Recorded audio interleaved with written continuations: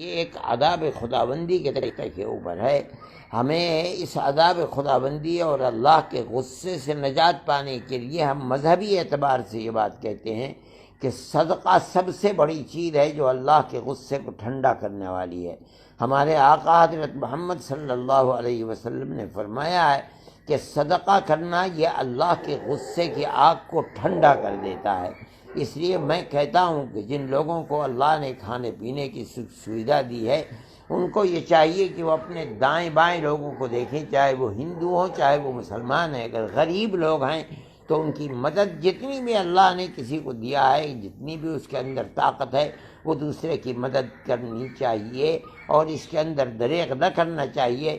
مجھے توقع ہے کہ ہمارے اس عمل سے اللہ تعالیٰ کا غصہ جو ہمارے گناہوں کی بنیاد کے اوپر آیا ہے، اللہ کا غصہ ٹھنڈا ہوگا اور دنیا کو اس سے راحت مل سکے گی.